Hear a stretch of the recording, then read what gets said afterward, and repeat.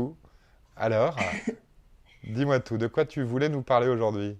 Alors moi aujourd'hui j'ai décidé de sortir un peu des livres et de parler de chaînes YouTube parce que je suis pas que bibliothécaire, je suis aussi streameuse et tout à côté et donc je fréquente en plus de Twitch que je fréquente Assidûment? régulièrement, même Ass- journalièrement en ce moment, tu, je twitch, fréquente aussi beaucoup YouTube. tu twitches tous les jours d'ailleurs en ce moment? Quasiment ouais. Ouais. Bientôt plus parce que je vais bientôt reprendre le travail mais en ce moment oui. D'accord. Mais du coup je fréquente pas que Twitch et je fréquente aussi beaucoup YouTube et alors au-delà des vidéos Fortnite et de plein de choses qu'on peut voir sur YouTube. Il faut pas réduire, il faut pas réduire YouTube à juste du divertissement idiot, des vlogs, etc. Enfin, idiot, non, mais Bon, on se YouTube, comprend. c'est une plateforme avec plein de choses dessus. C'est difficile Et de on se a tendance repérer à même. Ouais. vouloir trop facilement catégoriser. Et il faut savoir, notamment par exemple pour les jeunes, etc., qui sont encore en cours, enfin, qui ont encore des cours à distance, etc., il y a plein de ressources qui sont utiles. Et notamment les chaînes de vulgarisation. Du coup, aujourd'hui, j'ai décidé de vous en présenter 5 D'accord. sur 5 thèmes différents afin de faire un petit panel. C'est pas du tout exhaustif de toutes les chaînes de vulgarisation qu'on peut trouver sur YouTube, mais moi, c'en est qui me plaisent beaucoup et qui permettent voilà, d'aborder plein de sujets. Et puis, je vous demanderai après si jamais vous en connaissez d'autres. Voilà, donc aujourd'hui, on va aborder plusieurs sujets. On va aborder la science et plutôt un peu la biologie, l'histoire, l'actualité, la philosophie et la médecine santé. Pas mal. Alors, généralement, ces youtubeurs sont soit des profs, soit des passionnés, soit des personnes qui sont en master ou autre. Ils ont généralement un bon niveau quand même, ceux qui font Oui, en ces général, c'est chaînes-là. des gens qui ont des études là-dedans, qui ont fait, celle qui a fait de l'histoire, elle a fait une thèse, etc. Je vous en parlerai si vous voulez. C'est des gens qui ont des études là-dedans ou qui ont travaillé dedans, comme celui qui parle de la santé, qui était infirmier. Donc, c'est des gens qui connaissent leur métier et qui maîtrisent ce qu'ils font et qui, même sur certains sujets pointus, n'hésitent pas à demander à des professionnels, à interviewer des professionnels pour être sûr que leur vulgarisation est bonne, Eh s'ils ne ben, maîtrisent pas totalement le sujet. d'accord. Alors, Voilà, c'est des premier, sources plutôt fiables. moi je te propose que je mette un petit peu les extraits de tes sélections en plein écran, puis tu nous commentes au fur et à mesure ce qui passe. C'est ce que tu voulais? Ouais, Ok. on va commencer par le sujet sciences-biologie Ouais. avec la chaîne Dirty Biology, euh, qui est une chaîne sur laquelle on retrouve des reportages sur plein de sujets liés à la biologie et à la science. Donc ces derniers temps, les deux gros reportages qui ont lieu ce dernier mois, c'était lié au Covid et à la situation actuelle. Donc là, vous pouvez voir un extrait de la dernière vidéo qui s'appelle Les futures épidémies que nous vivrons, où il nous parle qu'est-ce qui cause les épidémies, pourquoi est-ce qu'il pourrait y avoir plus d'épidémies à l'avenir, en revenant sur les épidémies qui ont eu lieu précédemment, les cas qui ont pu être vus précédemment, etc. Et voir en quoi la biodiversité influe le nombre d'épidémies et la non-biodiversité aussi d'ailleurs. Donc un peu genre on découvre que trop de biodiversité peut causer beaucoup de biodiversité peut causer des épidémies et que pas assez de biodiversité aussi. Donc assez, voilà, c'est assez tendu comme situation. Mais du coup, voilà, il nous montre tout ça, etc. Mais il a fait plein d'autres sujets sur l'astronomie, il parle des avocats, le cancer, etc. Qu'avec Plein de une trucs. bonne qualité à chaque fois, il fait les effets spéciaux, il est très didactique dans sa manière, il est très visuel. Parce qu'avec Ouais, et l'extrait qu'on a très, vu. enfin, et puis il arrive même à apporter un peu d'humour et de légèreté à des sujets assez difficiles. Notamment dans cette vidéo, il y a deux, trois petites blagues, etc., qui passent très bien et qui ne sont pas en trop. Et voilà, et c'est une façon d'apprendre très simplement et sans s'ennuyer. On mettra tous les liens sur onfaitsalon.tv d'ici ce soir pour que vous puissiez retrouver toutes ces chaînes de découverte culturelle. La deuxième, je la mets tout de suite et puis je te laisse la commenter aussi. Go. Allons-y. Ça, c'est la chaîne qui s'appelle C'est une autre histoire. C'est Manon Bril qui l'a fait, qui, elle, a un doctorat en histoire. Là, l'extrait que vous voyez, c'est un dessin animé qu'elle fait, qu'elle fait. C'est pas elle qui le dessine, mais c'est elle qui écrit la vidéo et qui fait la voix par-dessus que vous n'entendez pas là puisque je suis en train de parler. Mais du coup, tous les premiers mercredis du mois à midi, à l'heure où la sirène des pompiers sonne, comme elle dit, il y a un petit dessin animé qui sort sur un sujet précis. Donc, par exemple, celui-là, c'est celui sur les histoires vraies d'enfants sauvages. Mais alors, le dernier qu'elle a fait, c'est Voilà pourquoi on aime la fessée. Je me suis dit que c'était peut-être pas l'idéal à mettre en vidéo. Mais voilà, ça c'est Mais le dans les dernier qu'elle a clubs sorti. sadomaso, la fessée, ou les parents aiment donner la Non, fessée? l'histoire de la fessée, À globalement. l'histoire de la fessée, d'accord. Voilà. Mais elle ne fait pas que ça. Elle fait aussi des reportages, des documentaires, etc. Elle a une vidéo qui est sortie assez récemment, il y a 2 semaines exactement, qui s'appelle Artemis, le relooking mythologique, où elle parle de l'image d'Artemis et sa représentation. Elle a sorti, il n'y a pas très longtemps, aussi une vidéo super intéressante sur les erreurs sexistes de l'archéologie. Donc comment les points de vue des hommes qui faisaient les recherches archéologiques ont pu entraîner des erreurs en assumant, par exemple, que ce squelette très fort trouvé dans d'une vieille tombe avec plein de bijoux, etc., et de trucs très chers, ne pouvait pas être une femme, c'était forcément un fort guerrier. Et en fait, c'était une femme. En fait, c'était une Et, femme, ouais. et donc, voilà, comment les assumptions et les stéréotypes des gens ont pu entraîner des erreurs dans l'archéologie, etc. Donc, voilà, elle fait plein de sujets Et enfin, plein de vidéos sur plein de sur sujets super l'archéologie, il y a intéressants. peu à peu un rétablissement. Là, on se rend compte que, par exemple, chez les Vikings, il y avait les femmes étaient totalement à égalité avec les hommes, qu'un des plus grands chefs vikings était une femme. Il y a un retour quand même là-dessus au niveau historique, peu à peu une réhabilitation quand même du rôle de la femme. Elle se retrouve enfin dans Exactement, l'histoire, mais ça prend du temps, oui. bah, on a tendance en fait à vouloir mettre l'histoire avec les mêmes visions que nous on a maintenant de la société voilà, patriarcale, du coup, où voilà, c'est un peu les hommes qui dominent, etc. Et on a tendance à vouloir calquer cette image sur toutes les civilisations qui ont existé, alors que bah non, mais comme c'est ce qu'on connaît, on a tendance à voilà, assumer que c'est comme ça. La Voilà. troisième? La Ta troisième, troisième sélection. Ouais. c'est Hugo Décrypte. Il fait des vidéos d'actu. Donc en ce moment, depuis le début de la crise du Covid, il fait une vidéo tous les jours de résumé de l'actu. Enfin, presque tous les jours. Du lundi au vendredi, en 5 minutes à peu près. 5-6 minutes peut-être plutôt, je regarde les temps de vidéo, on est plus sur du 6 minutes. Il fait une vidéo qui résume l'actualité du jour. Donc avec quelles sont les grandes choses qui sont passées dans la journée, le nombre de morts, si c'est quelque chose qui vous intéresse, etc., c'est indiqué. Mais aussi pas que des choses liées au coronavirus, hein. Il y a aussi voilà, de l'actu mondiale, etc. Donc c'est super intéressant. Moi j'avoue que je ne regarde pas le JT, notamment parce que voilà, c'est long et ça ne m'intéresse pas et je ne regarde plus la télé. Donc j'avoue que moi je me fais ce petit point tous les soirs, hein. On peut voir, moi je vois actuellement sa chaîne et je vois que toutes les vidéos sont regardées. Et il parle de tous les sujets, de Il parle de l'actu. plein de sujets. Après il en parle en 6 minutes, donc c'est Oui. assez résumé, c'est un condensé de l'actualité, mais c'est assez intéressant pour avoir juste un petit suivi sur ce qui se passe et les grandes infos, notamment les déclarations du gouvernement et tout ça pour être à jour. Moi c'est très utile pour savoir genre, où on en est, la réouverture des écoles, les machins, le déconfinement. C'était super utile pour moi à suivre. Maintenant, il a changé en plus de format parce que du coup, pendant le début de la crise, il sortait vraiment une vidéo d'actu tous les jours de la journée. Mhm. Et maintenant, il a décidé du samedi faire les 5 grosses actus de la semaine, donc il revient sur 5 grosses actus de la semaine. Et le dimanche, il fait une vidéo sur un sujet, soit c'est un reportage qui avait été tourné avant confinement, je pense qu'il va y en avoir qui vont sortir, a priori c'est ce qu'il a dit, Mhm. soit faire un décryptage sur une situation. Donc là, la vidéo de vendredi, c'était faut-il craindre une seconde vague et un reconfinement? D'accord, oui, donc il est vraiment sur les sujets, en effet, d'actu et didactique, avec une explication agrémentée d'infographies et de mise en valeur des données. Vous, sur le chat, pendant Ouais. que Marjo finit de nous présenter sa sélection, dites-nous ce que vous regardez en vidéo découverte. Ça nous intéresse d'avoir votre avis et de connaître ce que vous aimez aussi. Voilà. Ouais.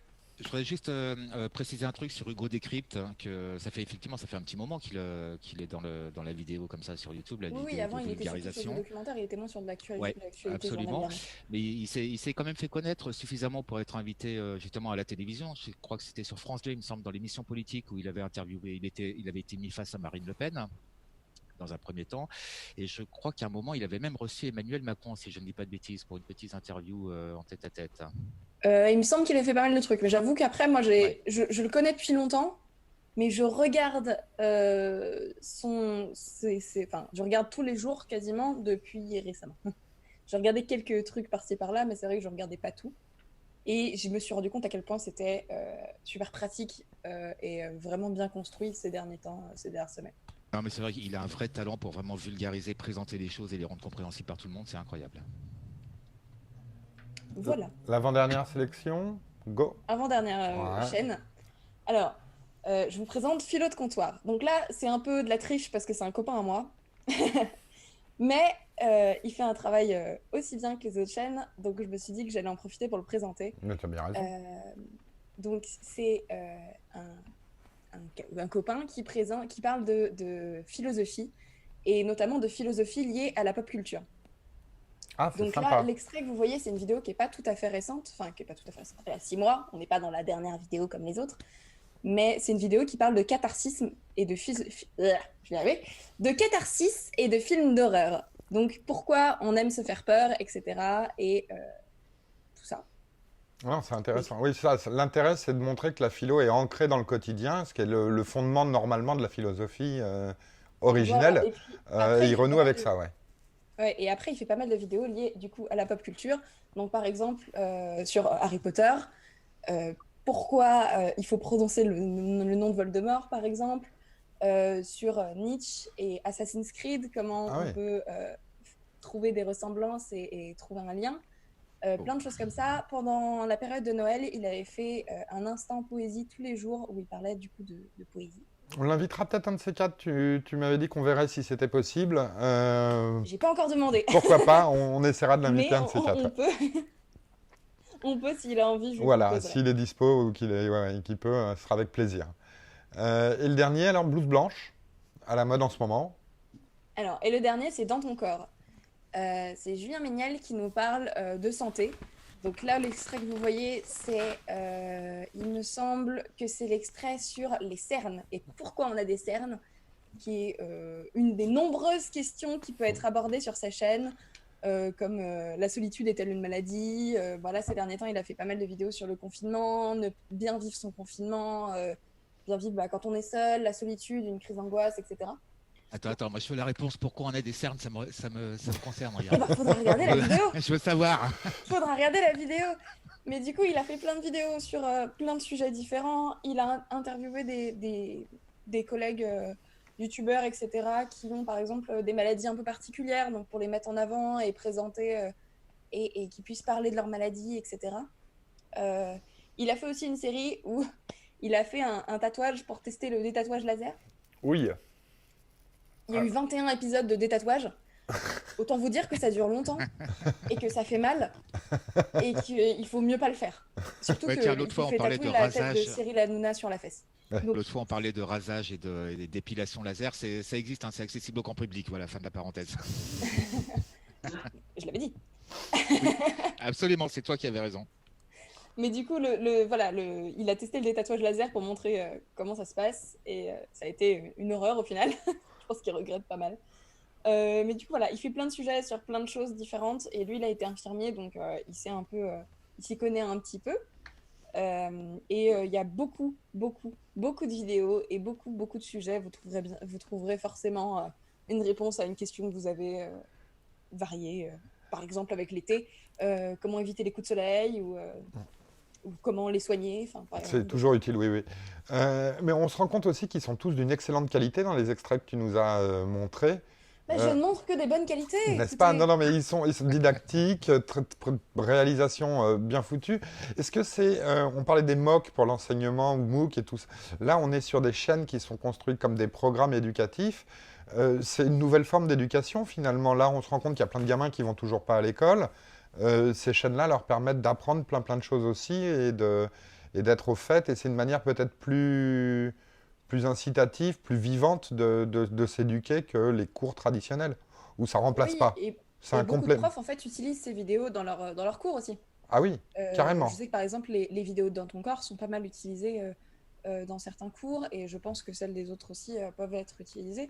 Donc ça devient des supports de cours et pour pouvoir voilà, expliquer plus facilement aux enfants, etc. Et je sais que les youtubeurs j'avais entendu certains qui en parlaient, qui disaient qu'ils étaient très fiers d'être présentés en cours et de pouvoir servir comme ça. Voilà, il y en a même certains qui font exprès de je sais plus qui c'était qui avait mis ces vidéos. Il y avait des fois des blagues un peu limites. Et en fait, il avait fait des versions de ces vidéos sans les blagues limites pour qu'elles puissent être diffusées facilement, quoi. D'accord. Donc, Voilà. Sur le chat, il se trouve que c'est pas aussi complet qu'un cours traditionnel Évidemment. d'école. Ça remplace pas un cours d'école, en effet, il faut bien le C'est un préciser. support de cours. C'est un support de cours, et puis c'est quelque chose qu'on peut faire chez soi de manière, on va dire, détente. C'est pas barbant, voilà, mais c'est un support de cours. Ça ne remplace pas, en effet, ça complète totalement. Alors vous, C'était comme C'est pas sorcier, quoi. voilà, c'est ça. C'est comme C'est pas sorcier que mon fils adore. Marie-Rose, justement, ton petit bout à toi aussi. Tu regardes Oui, des choses comme ça avec lui? oui, oui, là justement c'était intéressant parce qu'il fait du chinois, mon fils. Ah, Et, ouais. Et sa prof de chinois nous a donné donc une chaîne YouTube pour les recettes de cheesecake. Donc c'était intéressant. On a appris à faire le cheesecake en chinois avec donc sa recette. C'était très intéressant, d'accord. éducatif. Et ça, comme ça, ils Ah accrochent et oui, ils continuent. Oui, parce oui, qu'il y a de la pratique et voilà, c'est pas que de la théorie. bah voilà, c'est ça. Gia, toi aussi, tu as un petit bout. Tu utilises un peu ce genre de support pour lui faire découvrir des choses? Alors, comme Marjorie le disait, il y a certains, en fait, il faut que je fasse un visionnage avant parce que il y a souvent des références ou des blagues un peu limites. Mais en fait, je les regarde surtout pour moi. Donc, ceux que tu as cités, je regarde surtout Dirty Biology, c'est une autre histoire. Je regarde aussi une autre chaîne un peu dans le même style qui s'appelle Syllabus. Et là, c'est sur des sujets un peu plus techniques. Et en fait, pour faire ma chaîne, je me suis beaucoup inspirée du travail de ces vulgarisateurs. Et D'accord. je trouve Oui, parce qu'ils que tu as une apportent chaîne de un... vulgarisation, toi aussi. Je voulais te lancer la perche après, mais vas-y, Non, non, utilise ta non, mais perche. c'est pas c'est pas pour ça. Mais, Non, mais si.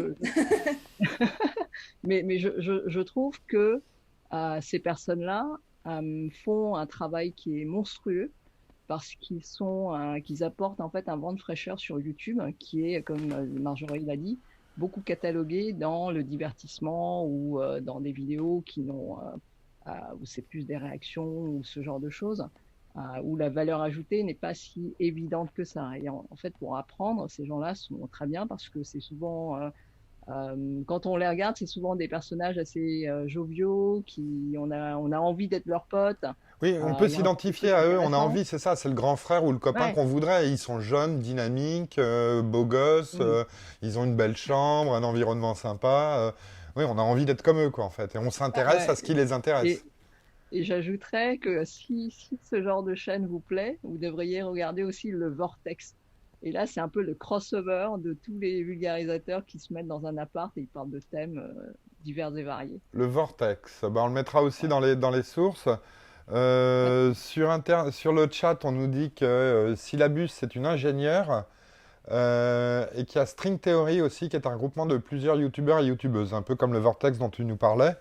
Moi, j'aime bien Mm. AstronoGeek, parce qu'il a un ton un peu provoque, il pousse des sujets et tout. En effet. Steph, toi, tu regardes Du des coup, on choses? parle d'astronomie, on est d'accord. Oui, oui, il parle d'astronomie, oui. Et pas de Alors, geek. dans le genre vulgarisation, non, je t'avoue que pas trop, en fait. Non, je suis pas trop là-dedans. Je suis plutôt dans les trucs un petit peu d'actu, voire hors mainstream au niveau actu. J'aime bien regarder Think Review, par exemple, même si c'est parfois un petit peu longuet. Voilà, j'aime bien Usul, j'aime bien les trucs comme ça, mais voilà, je suis pas vraiment dans la vulgarisation. D'accord. Bon, bah, je te remercie. Et cela dit, pour mes gamins qui, eux, sont en plein dedans, Ouais. un bon C'est pas sorcier, effectivement, Ah, c'est il y a rien de fantastique, hein. tel. C'est une valeur sûre depuis des années. Et puis effectivement, tout ce dont on vient de parler, je vais m'en inspirer, puis je vais leur proposer, ouais, bien sûr. Oui, oui, oui, oui. On Oui, en continue. astronomie, il y a Florence Porcel aussi Oui, qui fait pas mal qu'on vient de nous d'astronomie. dire sur le chat, tu as raison, qui est beaucoup plus pédagogique que Kids Friendly. Et puis il y a Kids Elle est Friendly très aussi. très bien, Florence Porcel. Florence Porsal. Ben, on Ouais, mais remettra. il en existe encore des milliers, hein. C'est Pour ça. l'histoire, il y a Charlie Danger. Il existe encore plein de gens, mais après, il faut les découvrir peu à peu. Et Voilà. Bah, peut-être je pourrais refaire un sujet tellement il y en a. ah bah, avec plaisir.